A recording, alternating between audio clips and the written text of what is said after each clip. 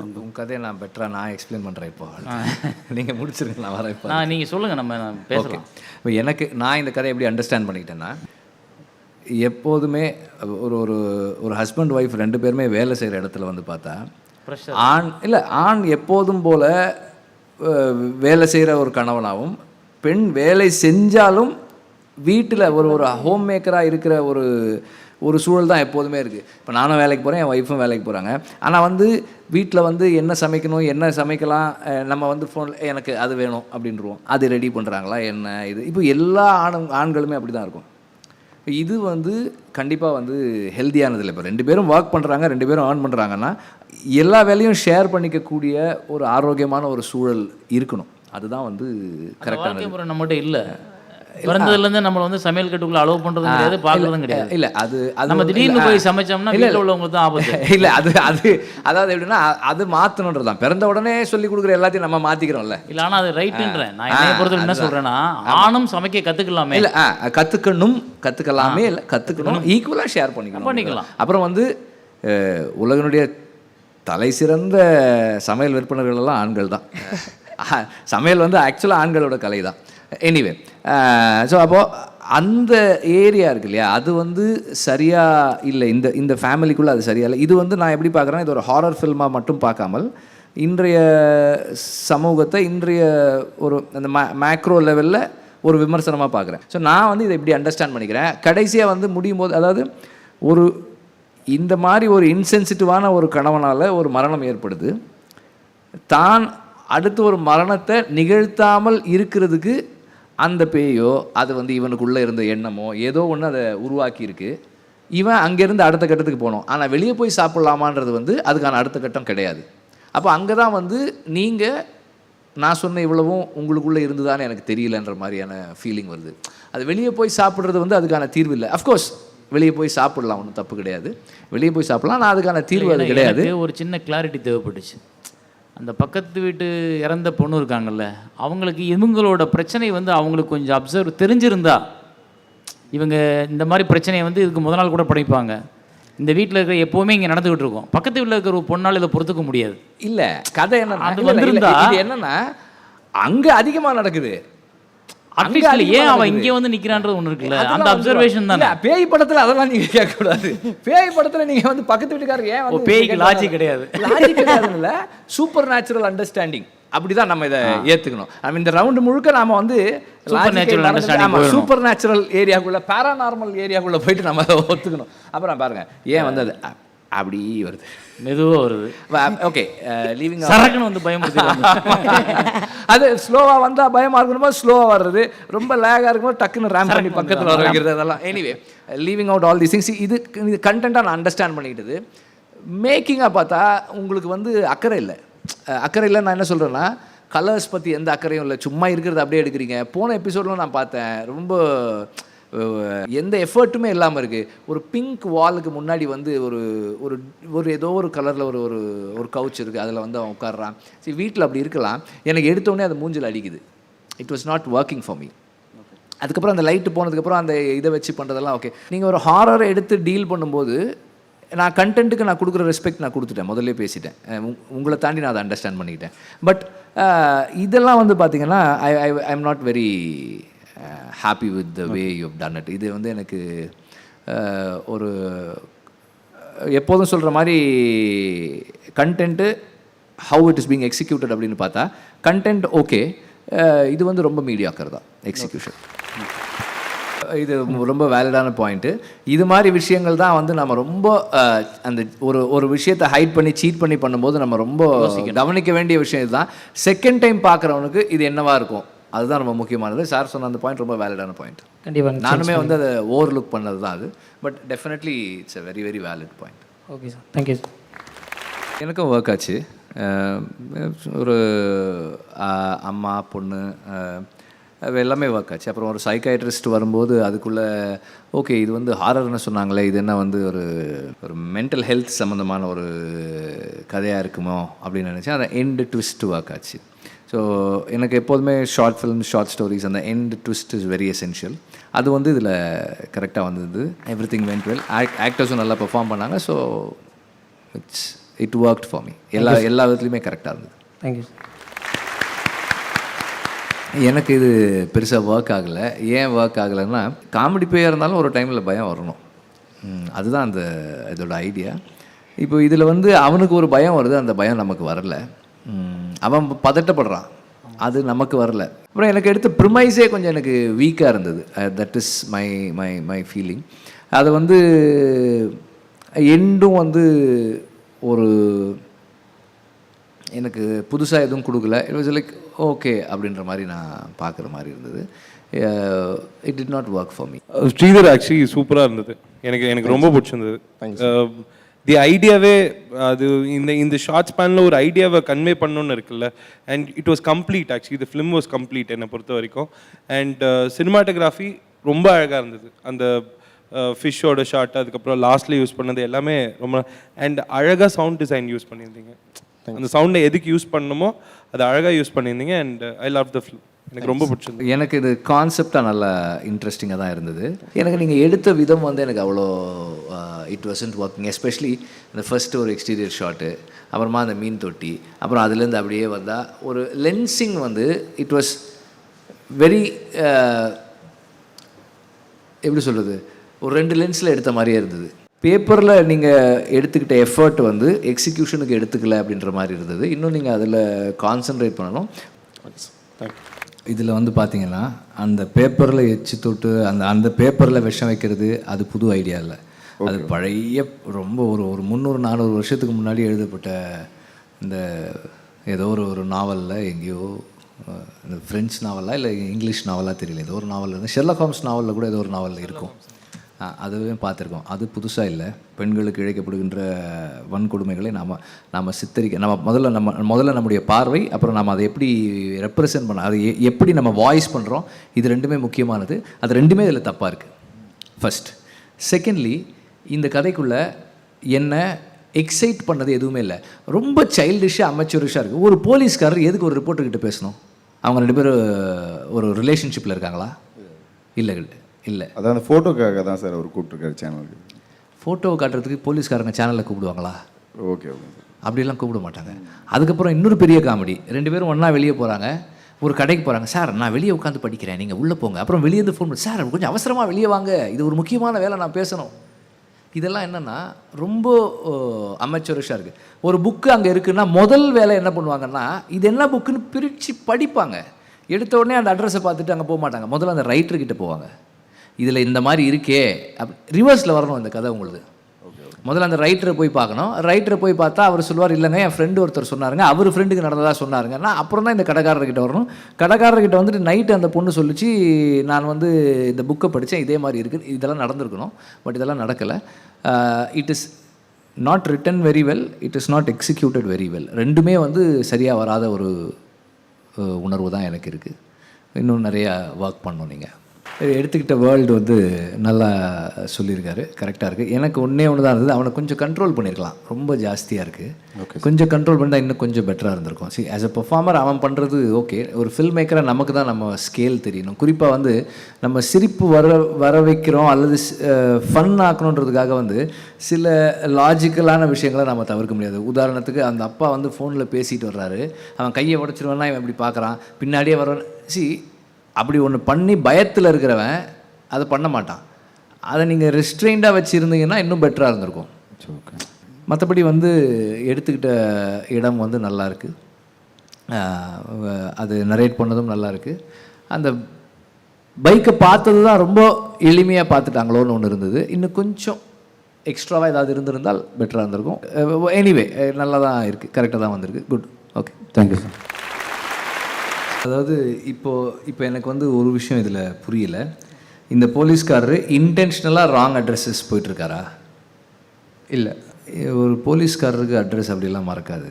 அவங்களுக்கு எல்லாம் நல்லா தெரிஞ்சிருக்கும் அவங்களுக்கு. அப்புறம் ஃபஸ்ட்டு ஓகே, இது கதையில் இருக்கிறது. அப்புறமா வந்து அவரை வந்து எப்படி அந்த ஸ்கூலுக்கு போய் என்னன்னு சொன்னார்? அந்த பையன் அட்ரஸ் வாங்குறாரு இல்லையா, என்னன்னு சொல்லி அந்த அட்ரஸ் வாங்கியிருப்பார்? அந்த பையனுடைய நேம், அந்த பையனோட பேர் அவருக்கு எப்படி தெரிஞ்சுது? அந்த ஆக்சிடென்ட் சீனில் வந்து அந்த பையன் ஸ்கூல் விட்டு வந்துட்டு இருப்பான். ஸோ அவன் கூட அவனுடைய ஃப்ரெண்ட்ஸும் வந்துட்டு இருப்பாங்க. ஸோ தனியாக தானே வரான் அவன்? இல்லை, அந்த ஆக்சிடென்ட் ஆன பிறகு ஸ்கூல் பசங்களாம் கூட அந்த ஆக்சிடென்ட் ஆன பிறகு ஓடி வருவாங்க ஸ்கூல் பசங்களாம்.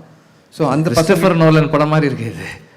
ஓகே சொல்லுங்கள். அந்த பசங்கிட்ட அவர் கேட்டு வாங்குவார், அந்த பையன் இந்த ஸ்கூல் என்ன கிளாஸு அப்படின்னு சொல்லி. Okay name okay. ஸோ இது வரல. ஓகே, ஒன்று இது இங்கேயும் வரல. அதே மாதிரி அங்கே ஸ்கூல்லேயும் போய் அவர் எப்படி கேட்டாருன்றது தெரியல. ஒன்று. ரெண்டாவது, இப்போ இந்த மாதிரி ஒரு ஆக்சிடென்ட் சைட்டில் மீட் பண்ணுறாங்க அப்படின்னா இம்மீடியட்டாக வந்து என்ன ஆகும்னா அந்த காப் தான் கூட போவார். அப்புறமா வந்து குறைந்தபட்சம் நீங்கள் அந்த காப் மடியிலையாவது அந்த பையனை போட்டு அவர் அந்த காதுலேருந்து ரத்தம் வந்தது ஏதோ வந்து அவர் கன்ஃபார்ம் பண்ணிக்கிட்டு ஃபோன் பண்ணி சொன்னால் பரவாயில்ல. யாரோ ஒருத்தன் சொல்கிறான், சார் தூக்கும்போதே போயிடுச்சு சார், அவன் டாக்டர் அவன் அவ்வளோ கன்ஃபார்ம்டாக சொல்கிறான், அதை அவர் அப்படியே நம்பி சொல்கிறாரு. அப்போ அதுவும் வந்து இதெல்லாம் என்னென்னா கதையினுடைய நம்பகத்தன்மையை குறைக்குது. அப்புறமா வந்து முக்கியமான விஷயம், காப் ரோல் யாராவது நம்ம காஸ்ட் பண்ணோன்னா முக்கியமானது அவங்க முடி வெட்டுறதுக்கு ஒத்துக்கிறாங்களான்னு கேளுங்க. முடி ஒரு காப்புக்கான அந்த ஹேர் கட்டில் இல்லை, நிறைய போலீஸ் அப்படி தான் நீங்கள் பயன்படுத்துகிறீங்க. எவ்வளோ பெரிய நடிகராக வேணா இருக்கட்டும், நம்முடைய கதாபாத்திரத்துக்கு பொருத்தமாக அவரால் தன்னை மாற்றிக்க முடியலன்னா அவருடைய இது நமக்கு தேவை கிடையாது. அவர் எவ்வளோ பெரிய ஆக்டராக வேணா இருக்கட்டும், அவர் உலகத்தினுடைய மிகச்சிறந்த நடிகராக இருந்தாலும் சரி, நாம் முதல் படம் எடுக்கிறவங்களாக இருந்தாலும் சரி, நம்முடைய கதாபாத்திரத்துக்கு அவங்க ஃபிட்டின் ஆகிறது தான் அவங்க வேலை. நம்முடைய கதாபாத்திரத்துக்கு அவங்கள ஃபிட்டின் பண்ணுறது தான் நம்ம வேலை. இது ரெண்டும் பொருந்தாத பட்சத்தில் நாம் அவங்களோட ஒர்க் பண்ணுறதை தவிர்த்துட்டு நம்ம கதைக்கு நம்முடைய கதாபாத்திரத்துக்கு யார் சரியாக வருவாங்களோ அவங்களோட நம்ம வேலை செய்யணும். அதுதான் முக்கியமானது. It becomes week. ஸோ நீங்கள் என்ன பில்ட் பண்ணுறீங்களோ அது வந்து முதல்ல லுக்ஸ்லேயே நீங்கள் பில்ட் பண்ணணும். அது வரலை நமக்கு. ஸோ இது வந்து நல்லா வந்திருக்கக்கூடிய படம் வர தவறிடுச்சுன்றது தான் என்னுடைய இது. உங்கள் முயற்சி நல்ல முயற்சி. ஒரு பெரிய எமோஷனை எடுத்து ஹேண்டில் பண்ண ட்ரை பண்ணியிருக்கேன். அதுக்கு என்னுடைய பாராட்டுக்கள். ஐ தரலி என்ஜாய்ட் த ஃபில்ம். எனக்கு ரொம்ப பிடிச்சிருந்தது. பிகாஸ் இது வந்து ரொம்ப ஒரு அன்கன்வென்ஷனலாக பயங்கரமாக சர்ப்ரைஸ் பண்ணுச்சு. அந்த சாங் எல்லாம் வந்து இட் இன்ஸ்டன்ட்லி சர்ப்ரைஸ்ட். அதே மாதிரி எனக்கு வந்து அதை ஹோல்டு பண்ணி சொன்னதும் நல்லா இருந்தது. இப்போ இவன் வந்து எனக்கு என்னென்னா அந்த ஒரு ஷார்ட்டை அவாய்ட் பண்ணியிருந்தா நல்லா இருந்திருக்கும்னு நினைக்கிறேன். அவன் வந்து வண்டியை பார்த்துட்டு அழுகுறான்ல, ஐயான்னு அழுகுறான்ல. ஆமாம் சார். அதை அவாய்ட் பண்ணிவிட்டு அந்த ஆக்சிடெண்ட்டு போலீஸ் பேசுகிறாங்க, இவன் நேராக வீட்டுக்கு வந்திருந்தான்னா அந்த ஹோல் நரேட்டிவ் இன்ட்ரெஸ்டிங்காக இருந்திருக்கும்னு நினைக்கிறேன். எனக்கு வந்து அந்த உங்களுடைய அந்த வார்னிங் கார்டிலேருந்தே வந்து எக்ஸைட்டிங்காக இருந்தது. It work. நல்லா இருந்தது. குட். எண்டில் வந்து எப்போதுமே எண்டில் ஒரு ட்விஸ்ட்டு தேவை. நான் எப்போதும் சொல்ல ஒரு ஷார்ட் ஸ்டோரினா ஒரு நரேஷன் இருக்கும், ஒரு பாயிண்ட் வரும், அங்கே ஒரு பீக் போகும், அது கிளைமேக்ஸ் அப்படின்னு பார்க்கும்போது எண்டில் ஒரு ட்விஸ்ட் இருக்கும். ஒரு ஓ ஹென்ரியோட ஷார்ட் ஃபில்மோ, அது ஷார்ட் ஸ்டோரிஸோ, ஒரு மாப்பர்சனோட ஷார்ட் ஸ்டோரிஸோ, அதிலலாம் அந்த ட்விஸ்ட் இருக்கும். அதுதான் ஒர்க் ஆகும். ஸோ எனக்கு இது ஒர்க் ஆகலை. சாரி, கதையாக ஐடியாவாக எனக்கும் ஒர்க் ஆகுது. பட் தென் இதுக்குள்ளே வந்து எனக்கான அந்த ஹாரர் எலமெண்ட் வந்து அந்த ஃபர்ஸ்ட் 1 minute அந்த ஃபர்ஸ்ட் லிஃப்ட் ஜேர்னி வரைக்கும் தான் இருந்தது. அதுக்கப்புறம் it tin work for me. ஓவராலாக வந்து ஒரு ஃபேமிலி, ஒரு சின்ன எமோஷன் அது இருக்கிறதால திஸ் எஸ்கேப்ஸ் த்ரூ. அந்த லைட்டிங் பேட்டர்ன் நல்லா இருந்தது. கதை சொல்கிறதுக்கு அந்த மேலேருந்து வந்து அந்த சோர்ஸ் கொடுத்து வச்சுருந்தது கொஞ்சம் ஒரு இன்ட்ரெஸ்டிங்காக இருந்தது. It is not a striking film, சூப்பராக இருக்குது அப்படின்ற மாதிரி சொல்ல முடியல. அதே நேரத்தில் ரிஜெக்ட் பண்ணுற மாதிரியும் இல்லை. You done a decent job. இது எக்ஸிக்யூட் பண்ணியிருந்த விதம் நல்லா இருந்தது. எனக்கு அவங்க உள்ளே போகிற வரைக்கும் ஒரு இது இருந்தது. அந்த ஐயோ போய் மாட்டிக்க போகிறாங்களோ அப்படின்ற மாதிரி இருந்தது. உள்ளே போனதுக்கப்புறம் அந்த அவங்களோட ப்ராப்ளம் ஸ்டார்ட் ஆனதுக்கப்புறம் எனக்கு வந்து கொஞ்சம் காமெடியாக இருந்தது. என்ன இது, ஓகே, எனக்கு அந்த ஃபியரோ இல்லை அவங்களுக்கு ஏதாவது ஆகிடுமோன்ற பயம் இல்லை. அதுக்கு முன்னாடி வரைக்கும் இருந்தது. அந்த ஏரியாலாம் ஒர்க் ஆகலை. எடுத்திருந்த விதம் ஓகே. இந்த கோஸ்ட் பஸ்டர்ஸ் இந்த கான்செப்டாக வந்து இது புதுசாக இருக்குது. சில போர்ஷன்ஸ் ஒர்க் ஆகுது. ஓவராலாக வந்து எனக்கு பெருசாக ஒர்க் ஆகலை. But it does have some uniqueness. புதுசாக இருக்குது. ஓகே, நான் டீட்டெயில்டு கமெண்ட்ஸ்ன்னு சொன்னதாலே சார் வந்து சுருக்கமாக ஆனால் தெளிவாக சொல்லிட்டாரு. அப்படின்னு நம்மளை லிமிட் பண்ணிக்காமல் அதுக்குள்ளே வந்து ஒரு ஒரு ஒரு ஒரு சோஷியல் டிஸ்கஷன், ஒரு முக்கியமான ஒரு விஷயத்தை எடுத்து டிஸ்கஸ் பண்ணுறது இருக்குல்லையே, அது வந்து பாராட்டுக்குரியது தான். அதே நேரத்தில் நாம் வந்து கதையை தேர்ந்தெடுக்கின்ற அதே நேரத்தில் அந்த கதையை எப்படி நாம் எக்ஸிக்யூட் பண்ண போகிறோன்றதில் இன்னும் கவனமாக இருக்கணும்னு நினைக்கிறேன். இது இன்னும் கொஞ்சம் பெட்டராக பண்ணியிருந்துருக்கலான்றது தான் என்னுடைய ஒப்பீனியன். போன தடவை நீங்கள் பண்ணதுக்கும் இதுக்கும் வந்து நிறைய இம்ப்ரூவ்மெண்ட் இருக்குது. டெஃபினட்டாக வந்து நீங்கள் உங்களுக்கு அதாவது போன தடவை பண்ணதுலேருந்து இந்த இம்ப்ரூவ்மெண்ட் வந்து நான் வந்து அடுத்து நீங்கள் இன்னும் பெட்டராக பண்ணுவீங்கன்ற நம்பிக்கை எனக்கு கொடுக்குது. Thank you sir. ஒரு கணவன் தன் மனைவியை விட்டுட்டு போனால் அவங்க வந்து குடிகாரர்களாகவோ அல்லது செக்ஸ் ஒர்க்கர்ஸாகவோ ஆக வேண்டிய கட்டாயம் இல்லை. இது மாதிரி இடத்துல இருக்கும்போது இது ரெலவென்ஸ் இல்லாமல் போகுது. இப்போ இது அந்த காலத்தில் மேபி அப்படி இருந்திருக்கலாம். அந்த கதை எழுதப்பட்ட காலத்தில் அந்த ஊரில் அந்த இடத்துல அது ஒரு இதாக இருந்திருக்கலாம். அது எல்லா இடங்களுக்கும் பொருந்தி இருக்கலாம். ஆனால் இன்றைக்கி அது வந்து அப்படி இருக்க வேண்டிய அவசியம் இல்லை. அப்படின்னும் போது இந்த கதையை நீங்கள் செட் பண்ணுறதுல சிக்கல் வருது. ஏன்னா நம்ம இன்றைக்கி ரூட் பண்ணும்போது ரொம்ப ஏலியனாக இருக்குது. இந்த கேரக்டர்ஸை நம்ம மீட் பண்ண வைக்கிற விதத்திலிருந்து இது வந்து அகைன் ஏற்கனவே பார்த்தது, தெரிஞ்சது, பழகினது, ஓகே ஓகே ஓகே அப்படின்னு இருக்குது. இதில் எனக்கு ரொம்ப இன்ட்ரெஸ்டிங்காக எனக்கு ரொம்ப அப்பீலானது ஒன்று தான். அந்த பையன் எதுக்காக நீ இதெல்லாம் எனக்கு பண்ணுற அப்படின்னா அவன் தெரியலன்னு சொல்கிறான்ல, எனக்கு அது ரொம்ப கன்வின்சிங்காக இருந்துச்சு. தெரியல ஆனால் இவன் நல்லது பண்ணுறான்பா, ஓகே ஃபைன், எனக்கு அது ஓகேவாக இருந்தது. கதை வந்து அவன் ஒரு நாள் விடிய காலையில் கிளம்பி போனான். அவனும் மற்ற ஆண்கள் மாதிரி கிளம்பி போனானா இல்லை அந்த குடும்பத்தில் ஒருத்தனா கிளம்பி போனானா? மற்ற ஆண்கள் மாதிரி தான் போயிருக்கான். பட் அந்த மாதிரி மைண்ட் செட் இல்லாமல் தப்பாக எதுவும் நினைக்காம கொஞ்சம் வித்தியாசமாக போனதுனால வித்தியாசமாலாம் இதுலேருந்து போக முடியாது. ஒன்று அப்படி இல்லைன்னா இப்படி தான். ஸோ ஒன்று அவன் மற்ற ஆண்கள் போல் அவனும் ஒரு பூச்சியாக மாறி போயிட்டான் இந்த பையனோட கணக்கில். இல்லையா அந்த குடும்பத்தில் ஒருத்தனா அவன் கிளம்பி போகிறான். ஸோ இது ரெண்டுத்தில் ஏதோ ஒரு இடத்துல முடியும். அதுதான் சொன்னேன், இந்த மாதிரி கதைகள் வந்து மல்டி லேயர்டாக இருக்கும். அதை நம்ம எடுத்து ஹேண்டில் பண்ணும்போது கவனமாக ஹேண்டில் பண்ணணும். இந்த இஷ்யூஸ் எதுவும் இந்த மாதிரி கேள்விகள் இல்லாமல் அதை பண்ணணும். ஓகே, நான் இங்கே சேரன் சாரோட கொஞ்சம் டிஃபர் ஆகிறேன். எப்படின்னா ஒரு பொண்ணு வந்து இது மாதிரி பண்ணவனை பர்சனலாக ஒரு குத்துறதோ இல்லை தண்டிக்கிறதோ, அதாவது அவனை ஃபிசிக்கலாக ஹர்ட் பண்ணுறதோ வந்து அவளுடைய லைஃப்பை மாற்ற போகிறதில்ல, இந்த சமூகத்தில் எந்த மாற்றத்தையும் ஏற்படுத்த போகிறதில்ல. இது மாதிரி ஃபஸ்ட்டு வந்து இப்படி ஒரு எக்ஸ்பீரியன்ஸ், அது ஆணாக இருந்தாலும் பெண்ணாக இருந்தாலும் ரொம்ப ட்ரொமேட்டிக்கானது. இதிலிருந்து மீண்டு வர்றதே பெரிய விஷயம், அவங்க நார்மல்சிக்கு வர்றதே. அதில் முதல்ல அவங்க அக்செப்ட் பண்ணிக்கணும். அப்போ தான் வந்து இந்த உலகத்தை எதிர்கொள்ள முடியும். ஏன்னா அவனை தண்டிக்கிறதோட அவளோட வாழ்க்கை முடியறதில்லை. அதுக்கப்புறம் அவளுக்கு ஒரு வாழ்க்கை இருக்குது, அதை தாண்டி அவள் போகணும், அவள் வாழணும். அப்போது நான் இப்படி இருக்கேன், என்னை நான் உலகத்துக்கு இப்படி காட்டிக்கிறதுக்கு தயங்க வேண்டியதில்லை. இது இந்த மீட்டூ பிரச்சனை மாதிரி தான். மீட்டூ என்னை ஒருத்தன் இப்படி பண்ணிட்டான்னு சொல்லும்போது யார் பண்ணாலும் அவனை போய் கேள்வி கேட்குறது இல்லை. இந்த பொண்ணு நீ ஏன் அப்போவே சொல்லலை அப்படின்னு நம்ம கேட்குறது இருக்கு இல்லையா? அது மாதிரியான ஒரு இதுதான் இது. ஏன்னா அந்த பெண் அந்த லைன் எண்ட் அதான் நினைக்கிறேன் இல்லையா? தண்டனை தப்பு பண்ணுறவங்க தண்டனை தப்பிக்கிறது உலகத்தில் கொடூரமான விஷயம். சமீபம் வரைக்கும் நடந்திருக்குது அந்த விஷயம். ஸோ அப்போது எனக்கு நடந்த கொடுமையை தட்டி கேட்குறதுக்கு அதுக்கு லீகலாக சட்டப்படி தண்டனை வாங்கி கொடுக்கறதுக்கான முயற்சிகளில் நான் இறங்க போகிறேன். நான் இதில் வந்து என்னை மறைச்சிக்க வேண்டிய அவசியம் இல்லை அப்படின்ற ஒரு முடிவை அந்த பொண்ணு எடுக்குது அப்படின்றது தான் நான் இதுலேருந்து புரிஞ்சுக்கிட்டேன்.